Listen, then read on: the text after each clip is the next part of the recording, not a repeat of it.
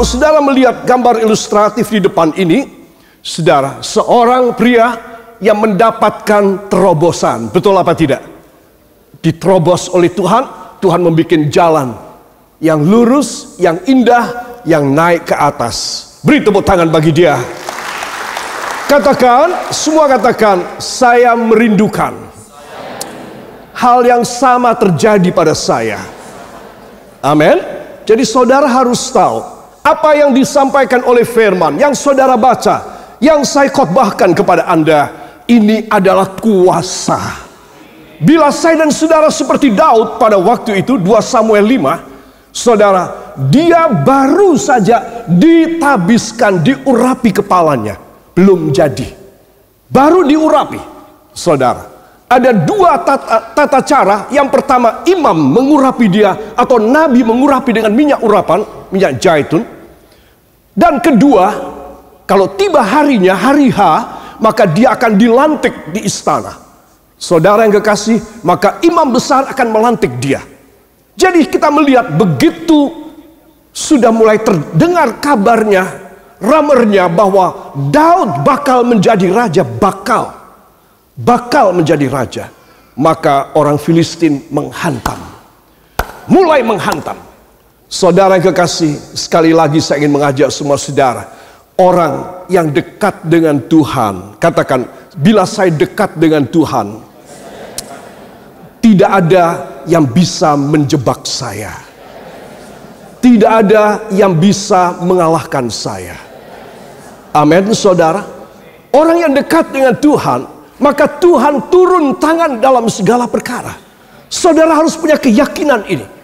Ya, saudara melihat pada ilustrasi gambar lukisan ini, pria ini mendapatkan jalan terobosan. Katakan, jalan terobosan. Ya. Inilah tema kita, saudara. Dan saya mengangkat tema ini dengan judul kalimat derajat taat pada firman. Katakan, derajat taat kepada firman sebanding dengan derajat kemuliaan saya. Katakan, derajat taat firman sebanding dengan derajat mulia kita, sebanding dengan derajat mulia saya. Ya, jadi ini mudah dimengerti.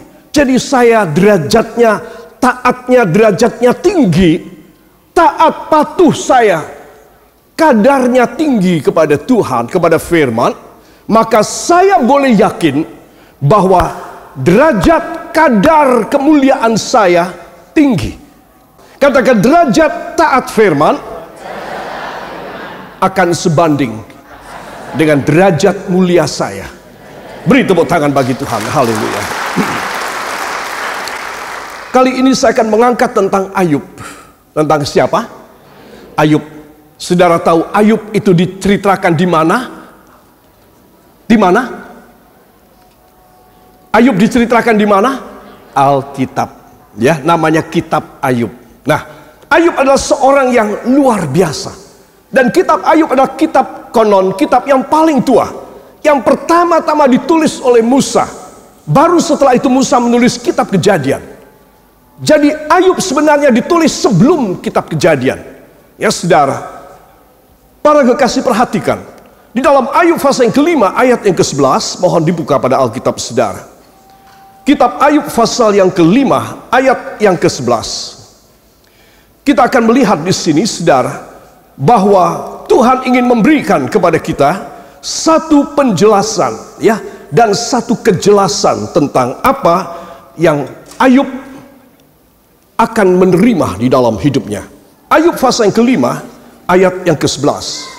Kita akan baca 1, 2. Ia menempatkan orang yang hina pada derajat yang tinggi, dan orang yang berduka cita mendapat pertolongan yang kuat.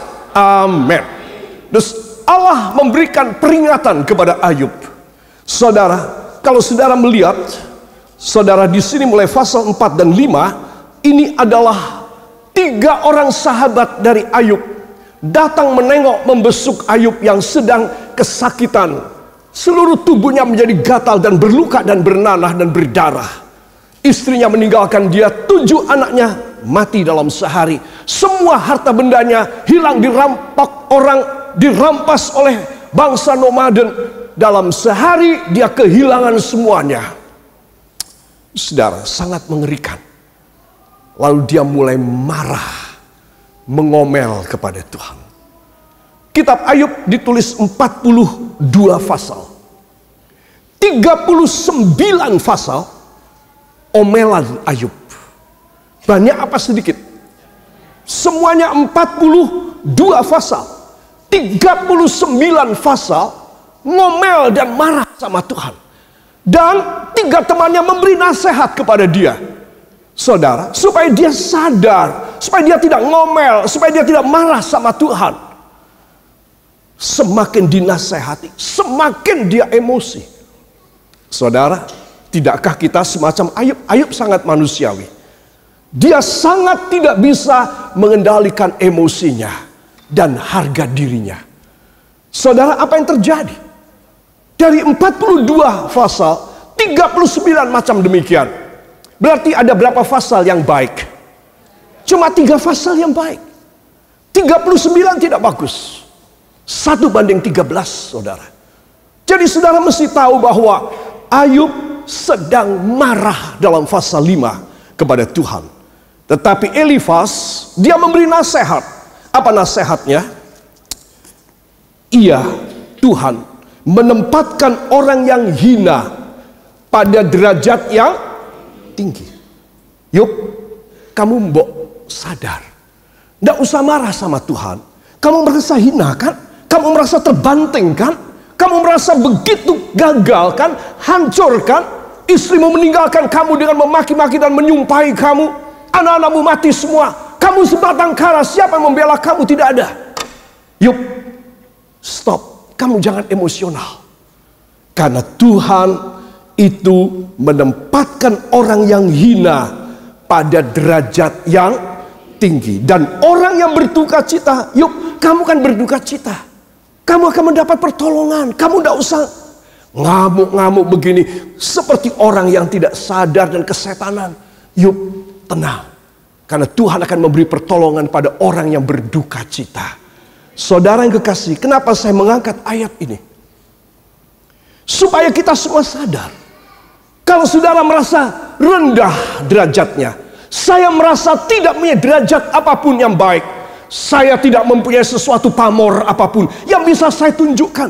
Ayub merasa, aku sekarang badanku sudah bau dengan luka. Tidak ada yang bisa membalsam dan mengobati lukaku. Ini luka dari Tuhan, tidak bisa disembuhin. Makanya dia marah kepada Tuhan.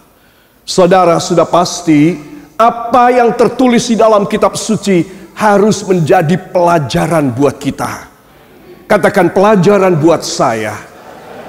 Ketika pencobaan datang pada saya dilarang keras marah kepada Tuhan. Saya harus suka mendengar nasihat orang berdasarkan firman. Amin. Karena ada harapan. Jadi orang yang merasa hina, orang merasa dibanting, orang merasa tidak punya derajat lagi. Tetapi kalau dia datang kepada Tuhan, maka Tuhan akan menempatkan orang hina pada derajat yang tinggi. Katakan, tangan Tuhan sendiri akan mengangkat orang yang hina dan menempatkannya pada derajat yang tinggi. Beri tepuk tangan bagi dia. Haleluya. Elifas dan kawan-kawannya, Bildad, Elifas, dia memberikan nasihat. Kalau kamu semakin kayak begini, yuk, kamu akan ditinggal oleh Tuhan. Tidak apa-apa, aku ditinggal tidak apa-apa. Aku ingin ada hakim yang menghakimi antara aku dengan Tuhan. Coba, hebat sekali, mabuk bener ini orang. Dia bilang harus ada hakim yang mengadili. Mana yang benar? Tuhan yang benar apa aku yang benar? Menurut saudara, ini kata-kata baik atau kata-kata yang tidak pantas? Pantas apa baik? Tidak pantas. Coba seorang manusia minta dia dihakimi, mana yang benar? Dia apa Tuhan yang benar? Pantas apa tidak? Ya, Saudara tahu bahwa ini sesuatu hal yang penting sekali. Orang yang marah, dia akan menempatkan dirinya lebih tinggi dari Allah. Itu sebab Elifas memberitahu Ayub, kamu tidak boleh demikian. Tuhan itu mengangkat derajatnya orang hina. Jadi kalau kamu semakin demikian, kamu akan ditinggal oleh Tuhan. Ya, itu sebab para kekasih saya akan berbicara sejenak tentang Ayub. Dan ini penting sekali, ya, supaya kita menjadi orang yang dalam semua keadaan negatif, gak enak, keadaan yang kepepet, keadaan yang hancur berantakan, kita harus justru mengangkat dua tangan dan mempersembahkan hidup kita dalam tangannya. Katakan, itu cara yang luar biasa, yang menyenangkan hati Tuhan. Saudara, itu sebab saya ingin mengajak saudara, kenapa Tuhan tidak marah kepada Ayub? Ada satu misteri di balik semua ini. Ayub ini sudah kayak orang kesetanan. Kesetanan banget dia punya kata-kata. Saudara, tetapi ada satu segi yang dihargai oleh Tuhan dari hidupnya Ayub. Dulu, saudara, kalau orang menjatuhkan kita, dia cuma lihat kesalahan jeleknya kita, kesalahan, sifat, karakteristik kita, keteledoran, sembrono, kurang ajar, dan lain sebagainya. Orang melihat terus, tapi Tuhan tidak. Katakan, Tuhan tidak. Tuhan mengampuni saya dan melupakan kesalahan saya. Saudara, itu sebab kita harus belajar dari sifat Tuhan yang luar biasa. Saudara, kesalahan Ayub 39 pasal. Ini dahsyat loh saudara. Di dalam Alkitab 66 buku, tidak ada satu makhluk yang bernama manusia yang begitu berani kepada Tuhan sama seperti Ayub. Entah Tuhan mengampuni kesalahan Ayub. Apa sebab? Saya tuliskan, tolong dibaca. 1, 2. Gusti wis kadung tresno marang Ayub. So then next, what next? Lalu apa? Saudara, Tuhan mengampuni Ayub. Saudara melihat sepertinya ini ada orang menantang kepada Tuhan. Kira-kira macam demikianlah si Ayub ini. Saudara, dia sudah tidak tahan, penderitaannya luar biasa banget. Memang kayaknya nggak ada orang lebih menderita dari dia deh. Tetapi satu hal yang Tuhan menghargai Ayub, tidak sama seperti manusia yang selalu mengingat kesalahan orang lain. Ayub dihapus semua kesalahannya. Dan ini luar biasa saudara. Kalau kita membaca dari firman Tuhan dalam pasal 2, Ayub pasal 42, ayat 8, 9, dan 10, mohon dibuka pada Alkitab saudara. Ini adalah pasal yang terakhir ya saudara. Ayub pasal yang ke-42 sebelum Mazmur. Ayat yang ke-8 sampai dengan ayat yang ke-10. Maka kita akan melihat dan kita akan heran ya. Kok bisa ya Tuhan yang Maha Kudus, katakan Tuhan Maha Kuasa, Maha Kudus, mempunyai sifat yang begitu cinta kepada orang berdosa. Saudara, kalau saudara tidak membaca sendiri, saudara mungkin ragu-ragu tentang sifatnya Tuhan. Tapi kalau saudara melihat, saya sudah beberkan pasal Ayub itu satu kitab 42 pasal, 39 pasal pemberontakan orang yang bernama Ayub ini. Siapa? Ayub. Maka Tuhan mengampuninya. Dan Tuhan ingat ada yang baik pada orang ini. Dan ini sungguh tidak masuk akal bagi kita manusia. Karena kita berdosa. Tetapi Tuhan kudus. Amin. Coba kita akan baca bersama. Ayub 42 mulai ayat yang ke-7. Mulai dari judulnya. Ayat 7 mulai dari judulnya sampai ayat 10.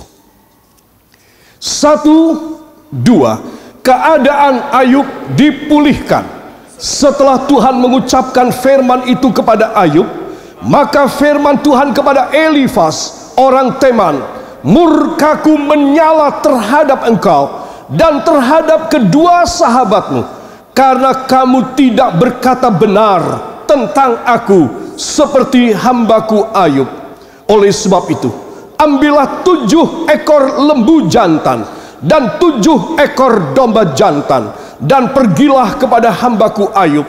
Lalu persembahkanlah semuanya itu sebagai korban bakaran untuk dirimu, dan baiklah hambaku Ayub memintakan doa untuk kamu, karena hanya permintaannya lah yang akan kuterima, supaya aku tidak melakukan aniaya terhadap kamu, sebab kamu tidak berkata benar tentang aku seperti hambaku Ayub. Maka pergilah Elifas orang teman, Bildad orang Suah, dan Sofar orang Naamah. Lalu mereka melakukan seperti apa yang difirmankan Tuhan kepada mereka, dan Tuhan menerima permintaan Ayub.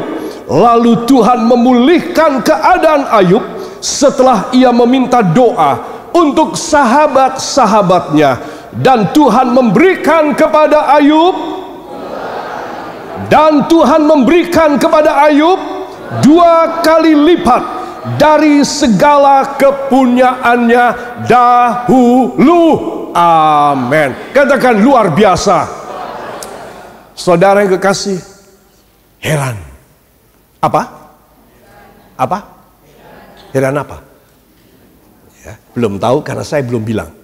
Heran, kok Tuhan itu memutihkan 39 pasal ujaran kebencian, hate speech dari Ayub. Saya juga heran. Malah sekarang Tuhan nyalakan Bildad, Sofar, dan Elifas, 3 temannya.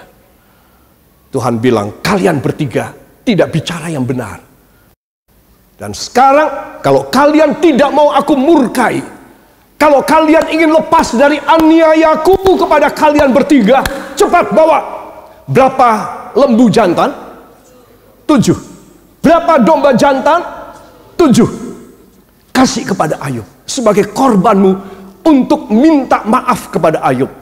Maka Ayub, aku akan jadikan imam pada saat itu dan menaikkan korban bakaran kepadaku. Kalau Ayub sudah memintakan ampun kalian bertiga dan keluargamu tidak aku aniaya. Coba, kan heran kan? Wow, Tuhan, kayak apa ini? Jalan ceritanya kok diwalik ya Tuhan? Orang yang salah dibenerin sama Tuhan. Orang yang benar disalahin sama Tuhan. Saudara, ada rahasianya di sini. Kalau saudara mau tahu kenapa Tuhan bisa memutar balik semua keadaan ini, ada satu hal yang Tuhan sangat terharu tentang Ayub, yaitu Ayub seorang yang begitu baik di hadapan Tuhan. Sebelum semua malapetaka datang kepada dirinya, Ayub itu saben hari membuat korban bakaran. Berapa hari sekali? Setiap hari. Setiap hari memberi korban. Ya karena dia orang kaya sih. Tetapi setiap hari dia membuat korban. Dia punya anak 7. Ya saudara, persis 1 minggu. Minggu anak pertama, Senin, terus kemudian sampai anak terakhir hari apa? Hari Sabtu. Ya, jadi anaknya dikasih nama Minggu, Senin, Selasa, Rabu, Kamis, Jumat, Sabtu. Ya, itu. Dia menaikkan korban. Apa katanya kepada Tuhan? Tuhan, hamba setiap hari menaikkan korban. Siapa tahu anak hamba ketika mereka berpesta pada hari ini, mereka berbuat dosa di hadapan.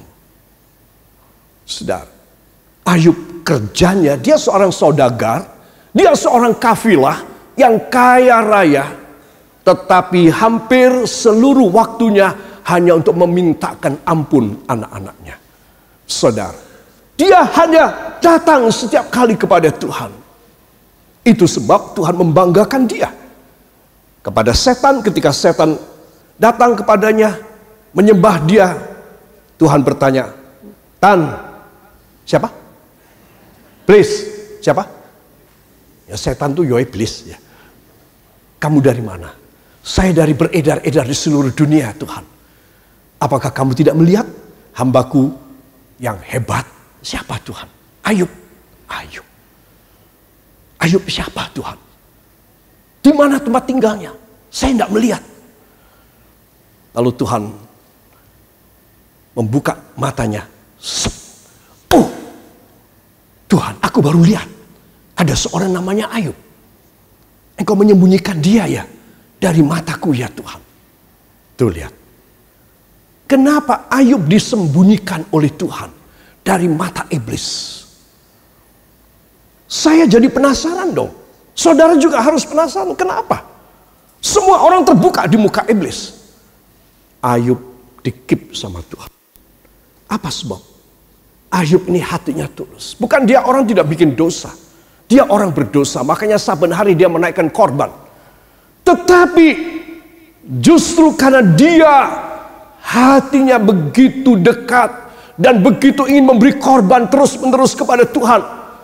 Saudara, Tuhan sudah kadung tresno.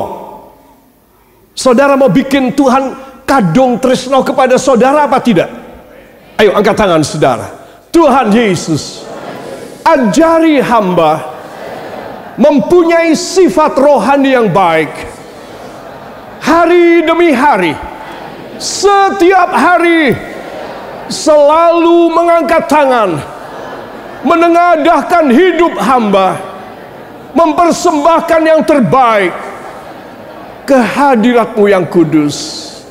Dan peliharalah hamba, sembunyikan hamba dari pandangan mata iblis. Dalam nama Yesus, ucapkan terima kasih. Terima kasih Tuhan, karena Engkau menjadikan Ayub biji mata Tuhan.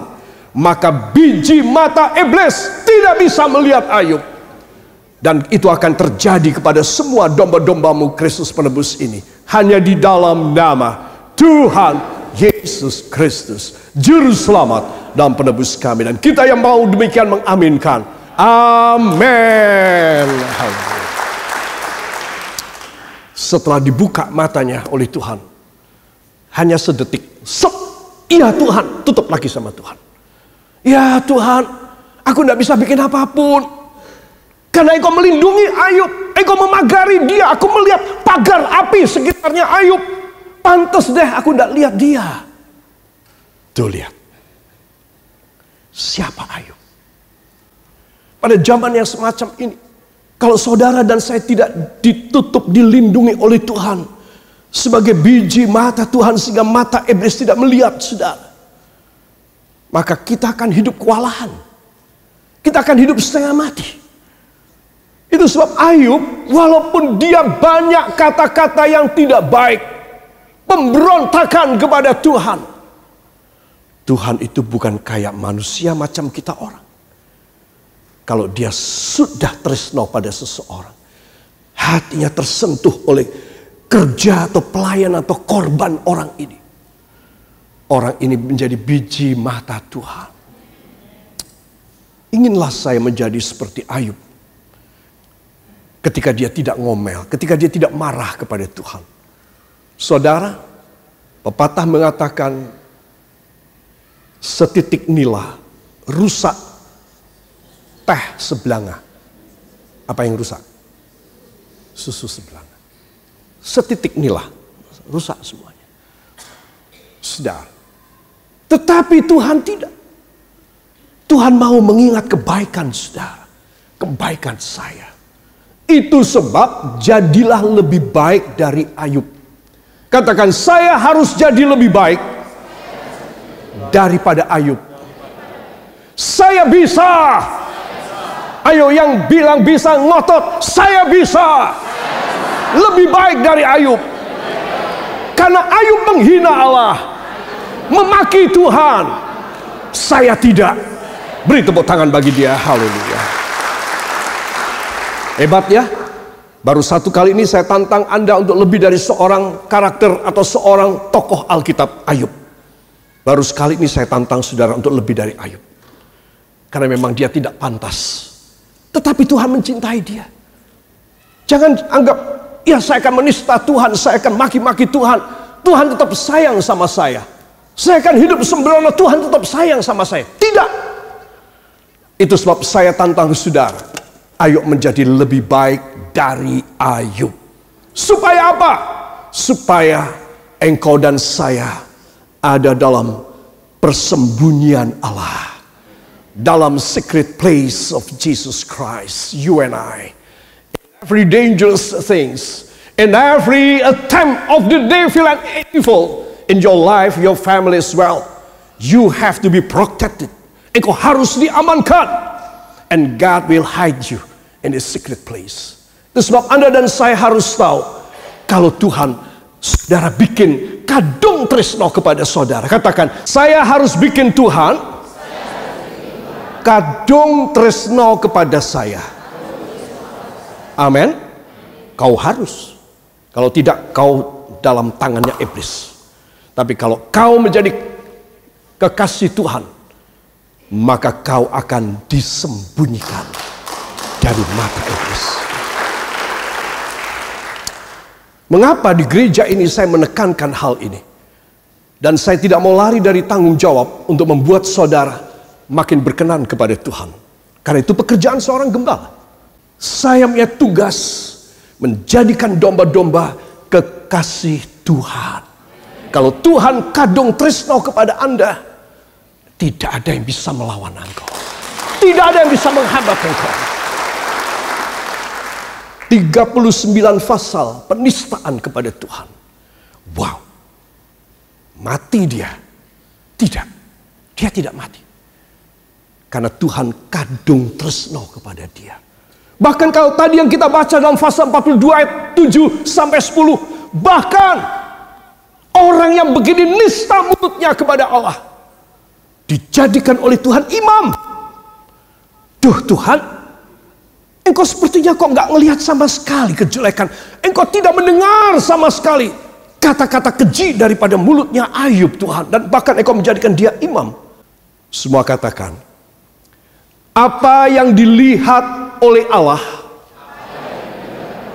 beda dengan apa yang dilihat manusia.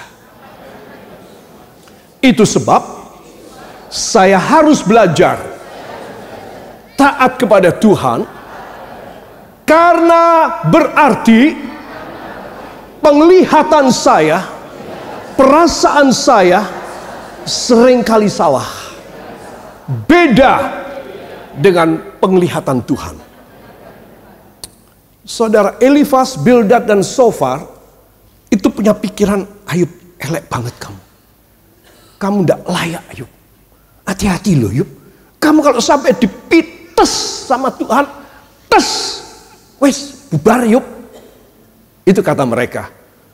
Saudara, tapi Tuhan kok melihatnya beda ya? Saya mau tanya kepada saudara, kenapa Tuhan melihat beda? Kenapa? Kenapa? Malam kudus. Kenapa? 100 buat penonton. Karena Tuhan kadung jaga. Kalau Tuhan sudah kadung tresno sama kita, orang dijaga. Katakan, saya harus menjaga supaya tresnonya Tuhan kepada saya jeru-jeru banget. Ya, pernah dengar enggak Tuhan menyanyikan, tresnoku marang kowe jeru-jeru banget. Ya, ini kepada Ayub. Coba. Jadi semua katakan, jadi sebaiknya saya bertobat dan tidak menghakimi orang lain, karena pandangan saya ternyata beda dengan pandangan Allah. Beri tepuk tangan bagi dia. Haleluya.